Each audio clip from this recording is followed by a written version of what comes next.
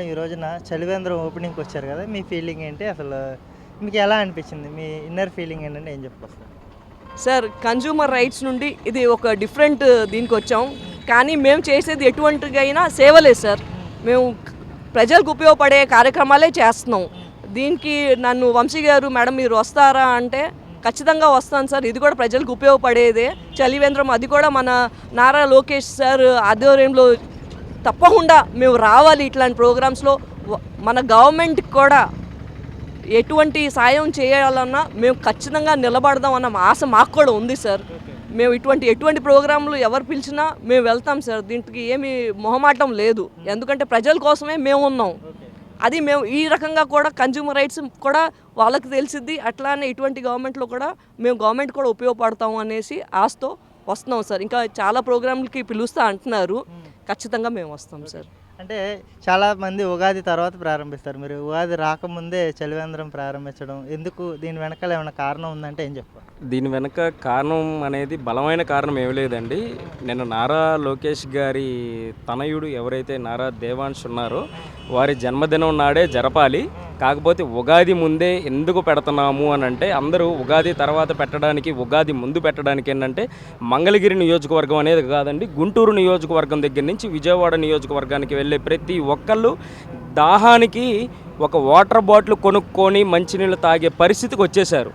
అటువంటి వాళ్ళ కోసం మనం ముహూర్తాలు చూసుకొని, కాలం చూసుకొని, సమయాలు చూసుకొని పెట్టుకోవడానికి కాదు ఈ చలివేంద్రాలు.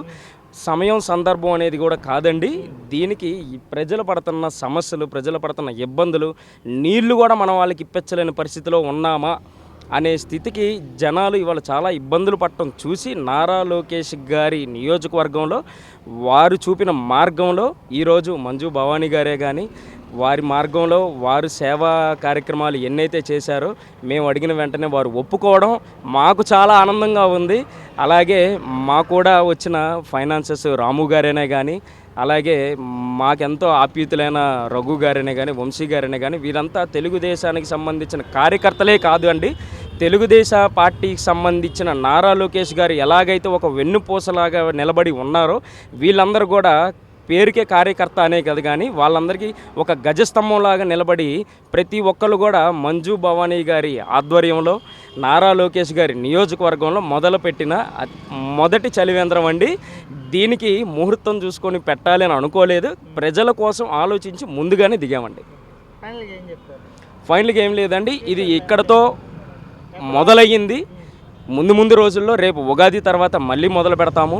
ఒక్కొక్క కార్యక్రమం చలివేంద్రాలనే కాదండి, కొంతమందికి ఆకలి తీర్చాలి అని చెప్పేసి అని మేడం గారు మంజు భవానీ గారు రాగానే ముందు వచ్చి అడిగింది ఏంటంటే, పేదలకి అంత అన్నం పెట్టాలి, పేదలకి మన వంతు సాయం ఏదో ఒకటి చెయ్యాలి, ఒక మజ్జిగే ఒక మంచినీరే కాదు, ఉగాది రోజు నుంచి మనం ప్రజలకి వారికి కడుపు నిండా పెడదాము అనే ఆలోచన రావడం కూడా ఒక గొప్ప మనసుండాలి. లోకేష్ గారి ఆలోచన ప్రకారంగానే ఇటువంటి మంజు భవానీ గారు లాంటి వాళ్ళు ఈ నియోజకవర్గానికి ఎంతో అవకాశం మనకు అవసరం అని కూడా మేము కోరుకుంటున్నాము. ఇటువంటివి ఇక మీద కూడా మేము చేస్తూ ఉంటాము, ముందు కూడా మీ అందరి ముందుకు కూడా వస్తాము, ఇటువంటివి అన్నీ చేస్తామని మాటిస్తున్నాము.